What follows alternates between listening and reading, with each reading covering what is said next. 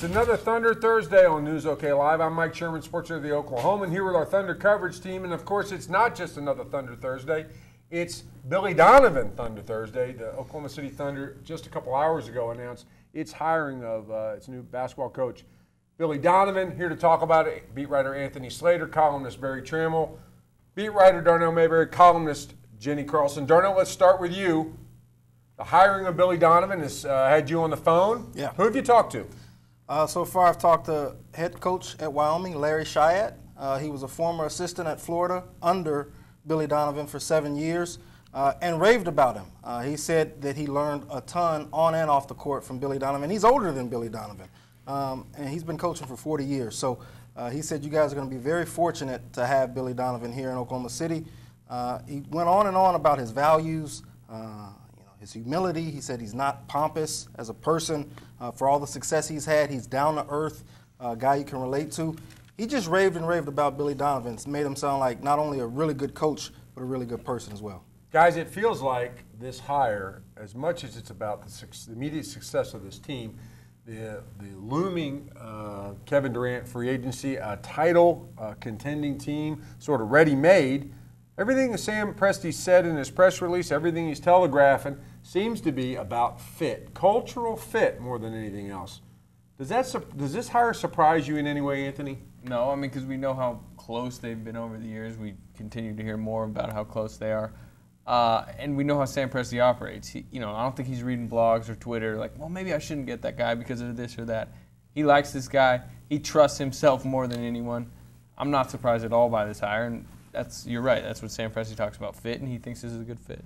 I think one of the keys to that fit is the intelligence factor. I mean, I think Sam Presti really was looking for a sharp mind on a variety, not just coaching on the court, but the ability to learn. He talked about it in one of his quotes in his release. He talks about high achieving and intrinsic desire to learn, those kinds of things. Really could have taken it and put it on any, in any sort of field, education, communication, industry. Didn't apply to basketball. He's just looking for somebody that really was interested in sort of the evolution of the process. To go along with that, I mean, we've heard how meticulous Billy Donovan is, even within this hire, about all the questions he'd probably be asking Sam Presti. We, from our side of things, know that's exactly how Sam Presti is.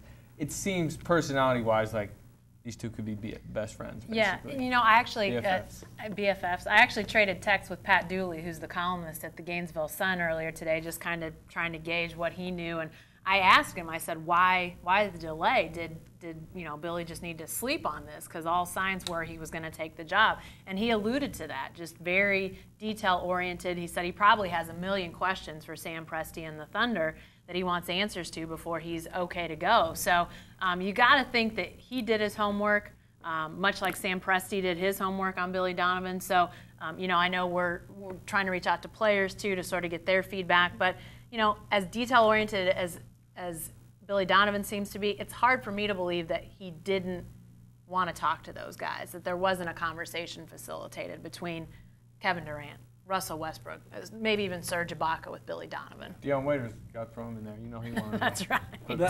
Of course, that was one of the reports that came out, that they were trying to facilitate a conversation with him. It's always fun, of course, whenever there's a hire, a fire, an acquisition. Of course, there haven't been too many firings, but acquisitions, to read Sam's quotes, get out the decoder ring, and try to figure out really what he's emphasizing. Heck, I took it and threw it into what's called a word map or a word cloud, and we're trying to post that right now. But the word tactical competence was like a neon sign to me, Darnell. What do you read into that? Yeah, that's the exact same phrase that I looked at and zeroed in on. Sam Presti didn't want to talk about what he was looking for the day after he fired Scott Brooks. He didn't want to be offensive to Scott Brooks. He didn't want to come off as critical of Scott Brooks. But I think that great tactical competence line basically says it all.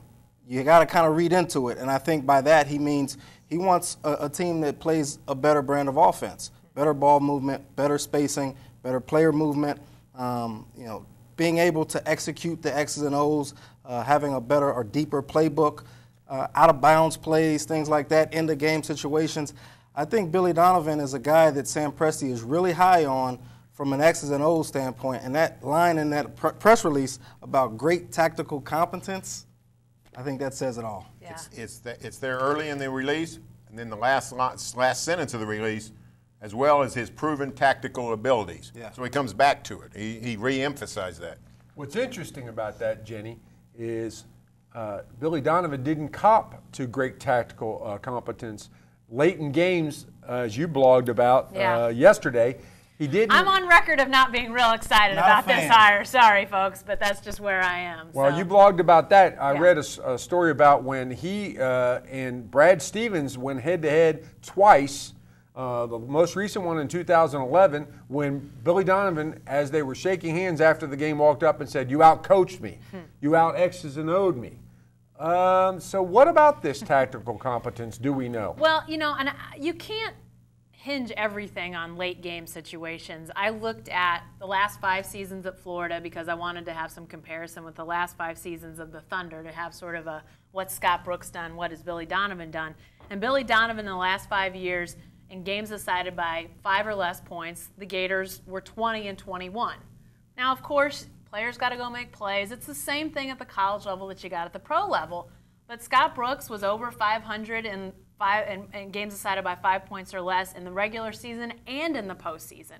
Wasn't hugely over 500, but still over 500. So if people were a little bit concerned about Scott Brooks in late game situations, I got to tell you, Billy Donovan wasn't facing the caliber of coaching at Florida that he's about to at the Thunder. So I had a Florida fan who reached out to me and said that by his estimation, a lot of what Billy Donovan did at the end of games was gave the ball to the point guard and said, go make a play.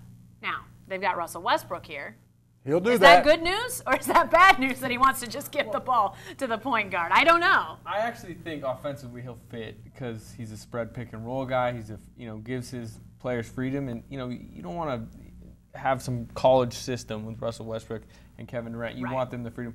Maybe that's going to be a concern late. Maybe that's a reason why Durant and Westbrook may like him. He'll give them the freedom. That's kind of what the NBA is, and it's not just the Thunder. Late in games, it's playmakers dribbling up top, getting a shot. Yeah. I have seen, I've watched some random YouTube videos of him going through plays with his team. One thing, and even talking to a Florida beat writer, I think he's good at middle of games, maybe not as much late in games, but getting guys shots through certain plays, getting Anthony Morrow through an elevator screen and a shot, different things like that. I do think his system will fit in the NBA. What do we think about defense with him?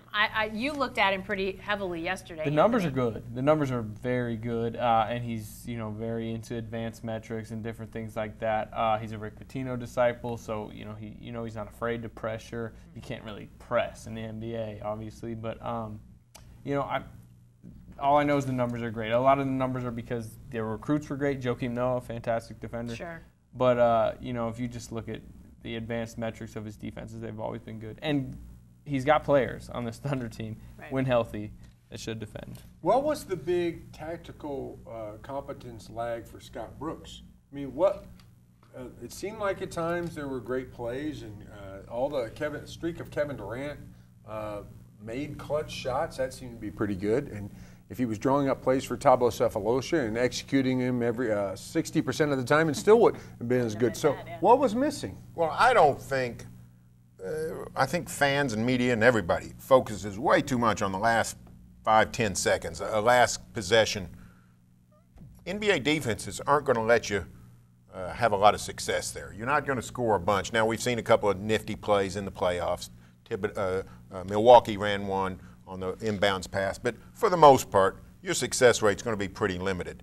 It's sort of like what Darnell said earlier about throughout the game, just better offense. Just don't get into stagnation. I think that's what really was my chief criticism of any Scotty team was they just get off track for too long offensively or defensively and not really find their bearings maybe until somebody got hot. And we're picking at small things here because his record's fantastic. But I don't know that we're talking about. I don't think Sam Presti said, "Let's find somebody who's a master at in-game situations." I think he said, "Let's find somebody who gets our guys to play the way we want them to play for 48 minutes. Well, the offensive flow to me was most obvious when you saw them play other teams that had great ball movement. When they played the Spurs, or even a team like the Grizzlies, who weren't as offensively talented, but they moved the ball so well, and you're like, wait a second, this team's got these really good players, and they don't move. Why are they not moving it like those guys did? I think that was a real source of frustration. And Darnell and Anthony, you guys probably saw it as much as anybody. The move towards having a better offensive flow in the preseason this last year, what could we have potentially seen? We'll never know. Right. That's the problem with that. Yep. I mean, we could have potentially seen a title this season and no Scott Brooks firing. I mean, there's a lot of what ifs. Yeah. The last 3 years, really. We're finding a lot of connections, of course, to Billy Donovan. You spoke to Lon Kruger. Travis Ford played for him at Kentucky. Yep. So there's a lot of connections to it. What we don't know a lot about with Billy Donovan, because none of us have been sitting there studying, is what he's giving up by leaving Florida. A lot of it, there was a key line in that it's the guy who's going to be community-driven. That was a desire they mentioned earlier. And he's really sunken into the community of Gainesville, started a school. I think one of you guys wrote that he started a Catholic school, which is not, by the way, not easy to go start a Catholic school. You can go spin up a lot of academies, but when you're starting a Catholic school, you have to get approval from some other places. He started one. He's got kids at that. And in 2007, he was ready to make the leap to the NBA. Was there how many days? 7, I think, is what I read. One day after he had his introductory press conference, and then the next day, I guess his wife called Jeremy Foley, the AD at Florida, and said he's really not sure about this. The AD called Donovan, and they decided to pull the plug. I understand why Pat Dooley might say his meticulous side came out during these negotiations. How much of it was Billy Donovan trying to convince himself he was really ready to move to Oklahoma City, or Sam Presti selling him on the idea? A lot of it, I think. I mean, you guys more than me, but you've lived here for so long. You've all lived in Oklahoma City, especially in Norman. If there might be a great job somewhere else, that doesn't mean you want to leave here. So it's just tough. All the connections, all the people your kids, everything. Like I said, you guys can probably speak to that better than I can. Just age-wise, but I mean, the guy's 50 and he's been in the same place for 20 years. Now, hold on a second. What are we starting to age-wise talk over here? It's going to always be easy to remember Jackie O's age. Just look in the Thunder Media Guide and subtract by 10. We're set. That's true. Billy Almost Donovan, to the day. 10 years older than me. That's right. What's your birthday? June the 19th. June the 19th. So like 20 days. Billy Donovan's turning 50 the same month I'm turning 25. That's kind of interesting. Just stop. Half. But I agree with you, Anthony. I think there had to be some pretty serious considerations that Donovan had to, he had to make sure this time. And, I guess we're not out of the woods yet. I mean, they've announced this today. And reading some of the stuff he said after the Orlando thing and how much he apologized, there's zero chance he would turn back again. Yeah. No, I mean, because I think he still maybe is a little embarrassed about how I'm sure it went he is. down. We've seen coaches do that from time to time. Yeah, but no way. And they feel worse than anybody. I mean, that's it puts the university or the franchise in a bad light, but the coach is the one that just feels like a doofus. Yeah, and I mean, there was like a whole discussion after he was not legally allowed to coach in the NBA for 5 years under something he signed with the Magic. So that was a whole ordeal that I'm positive he was not trying to go through again. So. Barry, we talked about what you would write for tomorrow. You've already got a blog up, or you're in the process of getting one up, sort of decoding Sam's statement. But risk, I think a lot of the popular opinion is that this is a risk. You're going to get a college guy, it's a risk. We read the list of coaches hired since Scott Brooks was hired back in 2009. And we didn't come across a ton of college coaches. In fact, I'm trying to think of how many we came across. Not many successful coaches either in a lot of ways. So where do you put this on the risk scale? I think it's a risk, but I'm trying to think of who's not a risk. I mean, I think almost anybody you hire is a risk, outside of Greg Popovich. Maybe Mike Krzyzewski. Brad Stevens, some other guys, within, but they're under contracts. But I mean, maybe Brad Stevens, I think, is Presti clone, but even a Tom Thibodeau, who we all think's a heck of a coach, he'd be a risk. I like Donovan for this team more than Thibodeau. I was going to say, I mean, everybody's a risk, And when you got 1 year of Kevin Durant guaranteed and 2 years of Russell Westbrook, it's a critical time. So everybody's going to be on edge, and everybody's, you can't go hire a Mike Malone or an Alvin Gentry or whoever and say, you got 3 or 4 years. No, they need somebody that's going to be able to get it done now. Well, but I think that's sort of where you don't know. We were talking about this before. Is this a good hire?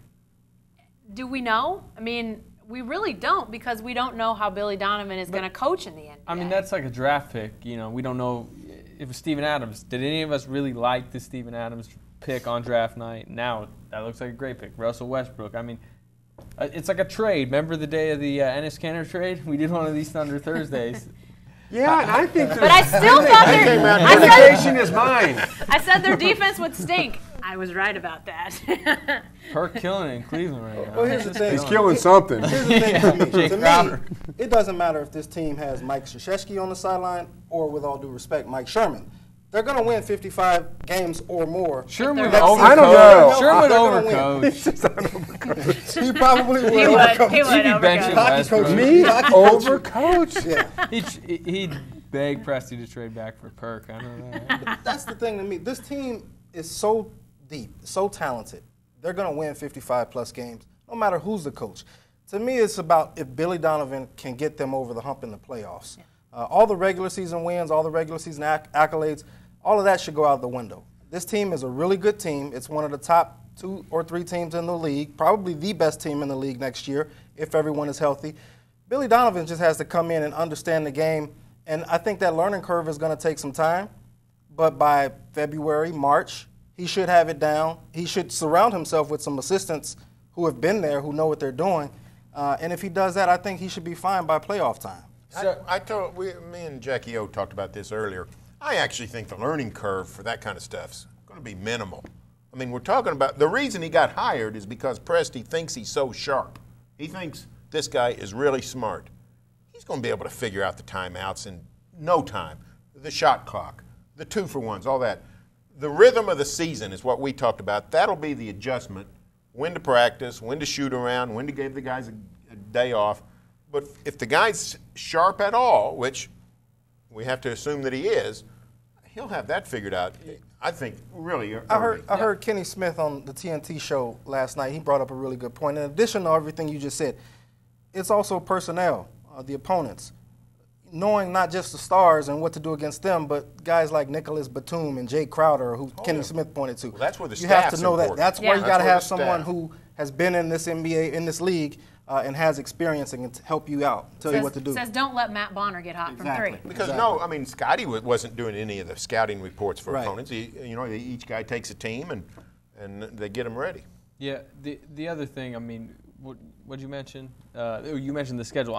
Just ego management. I mean, this guy has been dealing with 18, 19-year-olds who are on scholarship, who probably very much look up to him and different stuff. Next year, he's dealing with Dion Waiters during a contract season with Kevin Durant, and all the pressure and the media scrutiny. I know he's faced some when he's been in NCAA tournaments, but just what's going to be surrounding this team next year, and just the type of players and guys who, they're going for their money. He's never experienced what Brooks had to go through with Reggie Jackson last year. Yeah, that kind of and stuff. then now what you say is right, and what I'm about to refer to is not really ego or personality management. However, the fact that he has coached 19 years of elite basketball at an SEC football powerhouse shows humility and ability to sort of sit back and let everybody get all fired up about something else. Yeah. So I don't think he's going to come here and try to be the star of the show. He was winning back-to-back NCAA titles at the point where everybody else in Gainesville was Tebowing. Everybody else, they were all focused on what Tim Tebow was doing. And not only that, guys, but you know what else he was doing? He was coaching Joakim Noah, which, by the way, ask Ron Adams. It's no walk in the park. I imagine it wasn't a walk in the park in those days either. He brought back a team. These teams don't exist anymore. Everybody raves about that Kentucky team we saw. He brought back that team intact. It was one-and-done capability. They didn't one-and-done it. They stuck around and won another one with Al Horford, whose dad was a professional athlete. Joakim Noah, whose dad was a professional athlete. Lots of players. Corey Brewer, who's a little bit of a of a case himself. So it's not like when he walks in, if what Russell that Westbrook is upset about something, that won't be the first time he's ever dealt with a temperamental, incredibly talented and gifted star. He can point to what he did with that back-to-back team. I actually read a Grantland profile. It was on Joakim Noah. It was focused on Joakim Noah, but it was talking about his first year or two in Gainesville. And, you know, he would be running around campus with his shirt off, with his head tied around his head in a boombox that he'd play, dancing and doing all this crazy stuff. And within it, there was one point where, you know, Billy Donovan was quoted in the article. Part of it was about him, and it was when Billy Donovan had to bring him into his office and kind of calm him down and, you know, show him the ropes a little bit and, you know, direct him. And Joakim Noah loves him. Everything I've read, Joakim Noah is, you know, highly respects him. And like you mentioned, that's not an easy guy to gain his respect. I want to go back to something Jenny asked. Is this a good hire? I think it is. And I think Billy Donovan coming off of a 16 and 17 season has sort of warped our perception of him as a coach. Whereas if he's coming off 2 national championships and they got him in 2007, 2008, whatever time that was, everyone would love this hire. It kind of reminds me of last year's draft when Mitch McGary, on a much bigger scale, when Mitch McGary went 21st overall, I think it was 21st overall, and he's a player that the Thunder wouldn't have had a chance at had he been healthy his sophomore season. He would have been a top 5 pick. Or if he came out his freshman year, he'd have been a top 5 pick. If Billy Donovan was still the hot commodity that he was when he came off those 2 national championships, people would have loved this hire, or they would have realized he is a really good coach. And I think it is a good hire because he's still the same guy. I don't think that he's changed overnight. He just had a down season at Florida. He's been out of the limelight for a little bit. He was in the Final Four last year. So I think it's a really good hire, and I think people have to realize who they're getting, and not just when they're getting them. They're putting all the Kevin Durant hype and all of that into the conversation, which is important, but he's still a really good coach. I told Jackie O this earlier. In the last generation, I think he's the 4th most successful coach in college basketball, behind the Giants, Calhoun, Krzyzewski, and Tom Izzo. There's nobody else that's done more than Billy Donovan. And Izzo doesn't have – does Izzo have 2 national championships or just one? No, just the one. Yeah. 7 Elite Eights, 4 Final Fours, 2 I love him. Look, if we're just talking coaching resume, it's incredible. Actually, But it's college, and that's the question. Okay, but unlike McGary, and I like your analogy, Darnell, they're not exactly buying low on this guy. $6 million. The $6 million man, Jenny. Well, yeah, and I think that's a good point, and we can get back to that. And I think the McGary point is good, but they didn't need Mitch McGary to come in and be great right away. They need Billy Donovan to come in, and if this hire is about taking the next step, getting over the hump in the playoffs, I think you made a great point there. Obviously, he doesn't need to get over the hump in the playoffs right away. He's got several months to get to that point and learn. But to me, that's the difference. You know, if they'd have made the playoffs, they didn't need Mitch McGary to score 20 a night. But if they make the playoffs next year, they're going to need Billy Donovan to figure out a way to beat the Grizzlies, you know, maybe a game or 2 in Memphis. Yeah. So to me, those are the things that it is interesting. Yeah. But it's a slightly different hire. But I don't think you'll find anyone who will tell you that he can't. See, that to me is the difference. Like, it's not that he can't. It's just we don't know. He hasn't. Yeah. We don't know. And we don't know because Yeah. he hasn't. Mm-hmm. But once he gets his feet wet in the NBA, he gets his bearings down, maybe, like I said, if he surrounds himself with some qualified assistants who've been there, maybe even some former head coaches. Scott Brooks had Mo Cheeks up by his side for a little bit. I think that could make the difference for Billy Donovan going forward. I don't want to forget about the $6 million, but I'd like to point out something. I think this is the first time that anybody's ever blogged during a video and is okay. He's a machine. He's a machine. If you wouldn't sit here and go nonsense, I'd be finished. But you sitting there interrupting me. The one thing with the $6 million, you know, people always talk about, you know, it's a cheap organization, the whole Harden thing. This $6 million is not going against the cap. I don't think money. Yeah, I don't think money was really a concern at all. It's just give him his money. I've got one question, and we may throw RFD in here too. Do you know who I'm talking about when I say the bionic woman? No. How about the $6 million man? No, kind of. I've heard it. Hey, but here's Could that be our headline, by the way? We got a good headline. But here's the the headline. I'm getting old. That's the headline. Darnell's threatening to resign if we don't use this That's one. not headline. Here's the That's thing old about the news. $6 million, though. this new television money, Yeah, it's monopoly money. some of that money is going to go to coaches. And Billy Donovan is just He's the the right first- place at the right time. He's the first one Derek to right cash place in. at the right time. Derek Fisher got 25 first for bonus 5 baby. last year. Wowzer. Okay, Barry, now, aside from the $6 million we were talking about and what Billy Donovan has and hasn't done, you wrote about this the other day. And sort of how much of the Brad Stevens factor is there? How much of the fact that here's Brad Stevens getting the Celtics into the playoffs? Brad Stevens coming into the Chesapeake Energy Arena on a Wednesday night while you guys were out of town, but you guys were not, and they played their socks off. Marcus Smart was draining threes. They were without. They D'ing up Russell Westbrook. Marcus Smart made more threes in that game than he did in his sophomore They season. were without Isaiah Thomas, who suddenly is now the greatest six-man, soon-to-be starting point guard. They had traded off all of Brad Stevens' pieces. Scott Brooks lost all of his pieces to injury. One franchise is soaring into the playoffs, winning what, 12 out of whatever it was. It was really good. How much did Brad Stevens greenlight this hire for Sam Presti? I think quite a bit. I also think Sam loves Brad Stevens, the idea of Brad Stevens and the actual person in Brad Stevens, and would like to find somebody similar. And it goes back to what we're talking about with who he might have hired, who he should have hired. There's a quote in his statement. He refers to the ever-evolving role of the head coach in today's NBA.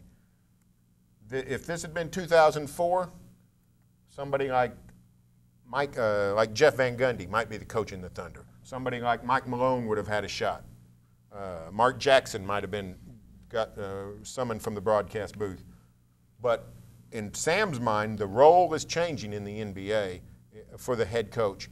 It incorporates more data, more knowledge than say motivation necessarily. So I think this is. And I'm not saying Sam's right. He might be wrong. They might be better off with Alvin Gentry. But in Sam's mind, this is what an NBA coach should look like in 2015. This sounds like the movie Moneyball. I mean, the more you think about it, it's sort of like Sam Presti as Billy Beane, and I know he would hate that analogy because he says they're never going to write a book about this, they're never going to make a movie about this. It would make an interesting movie. I don't know about a movie, but there's been some talk about a book. So the second thing, though, is who's writing a book about Sam Presti? About the Thunder. Clay Bennett would like somebody to. I think there's one by Sam Anderson from the New York Times. It's about Oklahoma City in general. But coming back to this point, the Billy Beane analogy on Sam Presti and the Art Howe analogy on Scott Brooks. Is there an idea that Scott Brooks was just not down with analytics? Or? He was wishy-washy on it. I mean, he'd say, it's good to look at some of that stuff, but sometimes he'd scoff at it. Like, you said Kevin Durant ran 20 miles. What does that matter? Like some of the sports view stuff. I think he didn't embrace it as much as they would have liked him to embrace it. That's not why he got fired. No, it's not. Well, it's always entertaining and thought-provoking to look back at Scott Brooks in this light, but really the idea is to look ahead to Billy Donovan. And the big question is, how does this play for Kevin Durant? Any clues? If they win, I think Kevin Durant's going to be happy. I think that's all that matters. They have to win. And, they got to get to the NBA Finals. Maybe they can even lose, but they got to at least get to the NBA Finals. If they don't, I don't think Kevin Durant's going to be happy.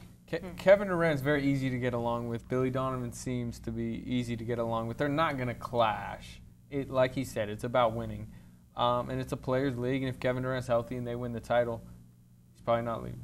Yeah, I think if Kevin Durant comes in and sees that Billy Donovan knows what he's doing, yeah, and if he doesn't understand everything right away, if he's learning and growing, I think Kevin Durant will be on board. But I think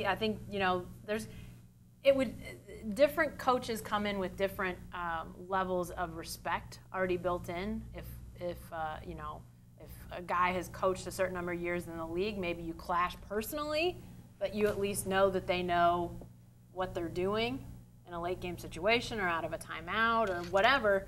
So I think Billy Donovan's going to have to show himself to Kevin Durant. But if he does, I think Durant's on board. Yeah, but exactly. I mean, Darnell's written about it before. I mean, Durant loves Scott Brooks, but he was better if we're just talking friends with Kendrick Perkins. But they traded Kendrick Perkins. He embraced that because he gets this, Ennis Cantor comes in and he's getting 20 points. And okay. the Harden thing. He's gone through a lot. He's lost closer friends than Scott Brooks. He'll be fine with it as long as Donovan performs. Presti thinks he's going to perform, and that's what it's about. Yeah. What do you think of the Durant equation? I agree with RFD, and you know, I read it. I can't remember where I read it, but it makes perfect sense. There will be some skepticism, but I think it was on a Brad Stevens profile, in fact. He came into the Celtics, and these guys said, who's this guy? He's at Butler. I don't even know what league Butler's in. And but he said, here, let's do this, this, and this, and it'll work. And they go out there, and it works. And once it works, and when it works, you say, well, okay, Yeah. So that's the key. If what he says works, there are no problems. Last question. So Sam Presti, forever and a day, has talked about the long view, how everything the Thunder needs to do is calculated for the long view. Last year, as we were preparing our special section, you know, we had that graphic about the ages of the players and how everybody's moving into their prime and looking beyond the Durant contract year and the Westbrook contract year to when Steven Adams and Serge Ibaka and all those guys are coming into their prime. I guess it's time to start believing Sam about the long view, because he's hiring a guy who can keep Thunder U going. Maybe even throw another log on the fire, Anthony. I designated you as our Thunder U beat writer. What do you say about the long view and the idea that Billy Donovan's a coach who can develop young players? Continue to develop young players. He obviously has a track record. Look at, I think 10 Gators are in the playoffs this season, which is more than any school. They were all coached under him because how long he's been there. You know, he can develop. The Thunder needs some player development. And then, another thing we got to remember, they're going to have the 14th pick in the draft coming up. So their three big men are all 21, 22, or 23. I'm starting to think it's a better hire than one we talked about. Here we go. Darnell, the way I said talked yourself into it. Darnell, the way I said that, I didn't mean that to come off like Scott Brooks doesn't develop them, because that's one of the best things Scott Brooks did. But if you look at him, his time developing was when he had lots of minutes to give young people, to let them make mistakes and work it out on the court. Now, Scott Brooks didn't have it. Billy Donovan's not going to have it as much. Minutes to give players. So is this a guy who can develop talent even when he doesn't have the minutes to give away? I don't know the answer to that question, but the guy I think about, guys like Jeremy Lamb. He doesn't have minutes for guys like that, and we can all maybe disagree on Jeremy Lamb's skill set. Well, he may be playing for the Magic next year anyway. He might be. But is he able to take a guy like Jeremy Lamb and get the most out of what he does well and limit his weaknesses? That's what all great coaches do. Billy Donovan's got to come in, if they really want to advance this thing, enhance the program and progress, like Sam Presti said, he's got to be able to find ways to utilize the entire roster, not just bury guys on the bench and not get the most out of them. Jenny, the code word for this season coming in was maximize the roster. Remember when Sam emphasized that? So how do you rate Billy Donovan? Teacher, maximizer of rosters, maximizer of the Gators roster. Right. And I think obviously one of the greatest things he did at Florida was identify good talent, get them to come to Gainesville, and then turn them into NBA players. I didn't know that 10 was the number of guys in the playoffs, but when you look at the list of players, it's a fairly notable list. I mean, they've got a lot of really productive pros. So clearly, we know that Rare is the guy that is a high school phenom and is ready to play in the league. So clearly there was development happening in Gainesville. So that's very positive. But I think, as we talked before, like Darnell said, having good assistants will be key, because as we've seen in the NBA, a lot of the work these guys get in is with those assistants and maybe assistants to assistants. So having a guy like a Mark Bryant who has a proven track record of developing those bigs, I don't know if they keep Mark Bryant or not, but guys like that, to make sure that they continue to have a focus on developing that young talent in their assistant staff will be really important too. Very last word. Does last offseason's hiring of the D-League coach and the analytics guy off of Billy Donovan's staff, did that telegraph this punch at all? And were those guys putting up Billy Donovan sayings and slogans all around inside the Thunder office? Should we have seen this coming? Yes, no, yes. We should have seen it coming. It was a poor team, but nobody put up any signs at Thunder headquarters. How do you know? Have you been behind the scenes? I'm pretty sure. I mean, we don't know that we don't know that they wouldn't be introducing Kevin Ollie tomorrow if Kevin Ollie said, "I will do it." That's a possibility. To me, I still think that might have been.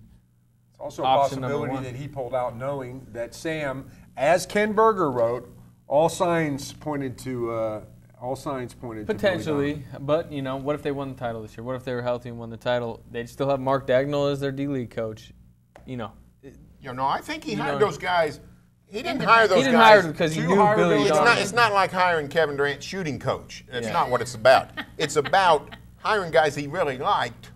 Because But he liked the them fact that because- he liked them was the sign. It's not that he was trying to entice Donovan here. It's a sign that I like Billy Donovan. I like the way he runs things. Thanks, guys. That's all for this edition of Thunder Thursdays, but you can stay with the best coverage team anywhere, every day at News OK, and every morning in the Oklahoman.